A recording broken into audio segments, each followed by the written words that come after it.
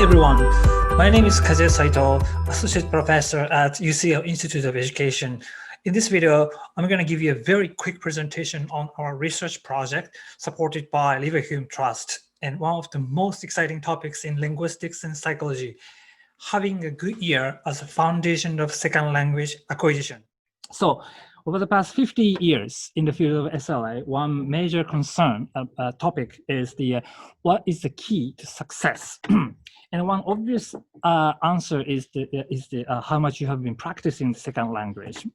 But research has also shown that experience-related factors cannot explain everything about the successful second language learning. For example, even if we have two identical second language learners with the exact same level of motivation and exact same age, and let's say they have practiced a target language in the exact same way, spending exact same amount of time, but the outcomes of their second language proficiency learning will be most likely subject to the individual differences like that. So as of 2020, the hottest topics in SLA is what underlies such individual variation.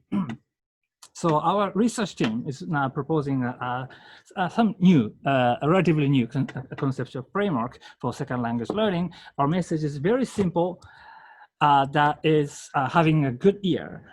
Auditory processing, as academic term, is a root of language acquisition. So what is that auditory processing? In cognitive psychology, it's the perception ability to encode domain general dimensions of acoustic signals, such as duration, amplitude, or pitch, and higher frequencies such as formants. And because it's a perception ability, it's considered to be a more basic, fundamental, and bottom-up processing ability. And in the field, it has been considered as obviously the gateway to spoken language, because it's the beginning of language learning and acquisition. If you have problems at this level, it would immediately affect your speech perception learning, and it will lead you to have more like phonological problems. In the end, in the long run, you'll likely end up with the more global issues such as reading, listening, and speaking. And quite recently, Mueller et al. 2012, they have proposed that individual differences in auditory perception will also play a crucial role in even the post-pubertal second language acquisition. And our team has taken this message seriously and subjecting it to the thorough scrutiny of this topic in line with the latest SLA paradigm. So this is what we have been doing.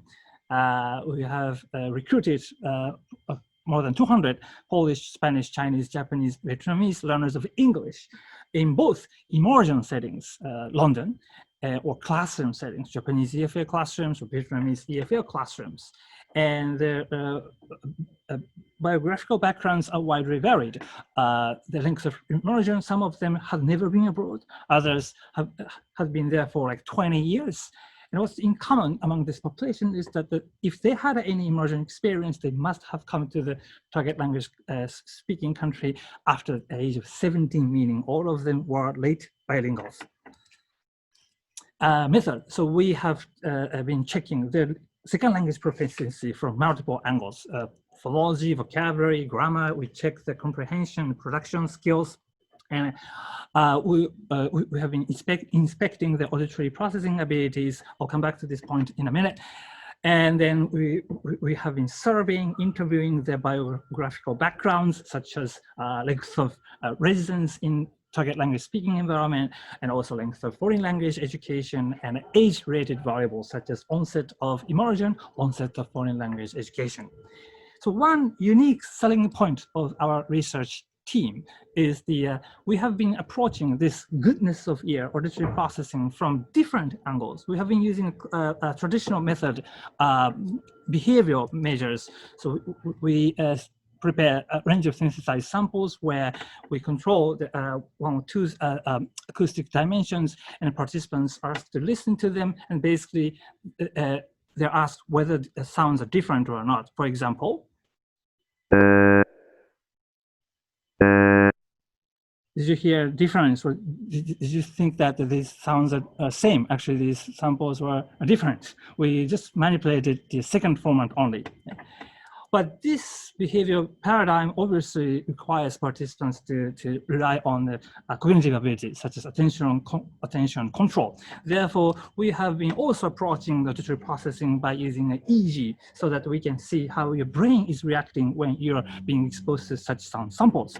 So with this method, we're able to see how brain waves replicating or simulating sound waves. Our analysis, basically, we have put all these variables, experience-related variables, as well as auditory processing variables into multiple regression or mixed effects regression models so that we can see which variables are relatively important for predicting their success, meaning outcomes of second language proficiency. And findings, basically, it really depends on where they are and how they have been studying second language English in this case.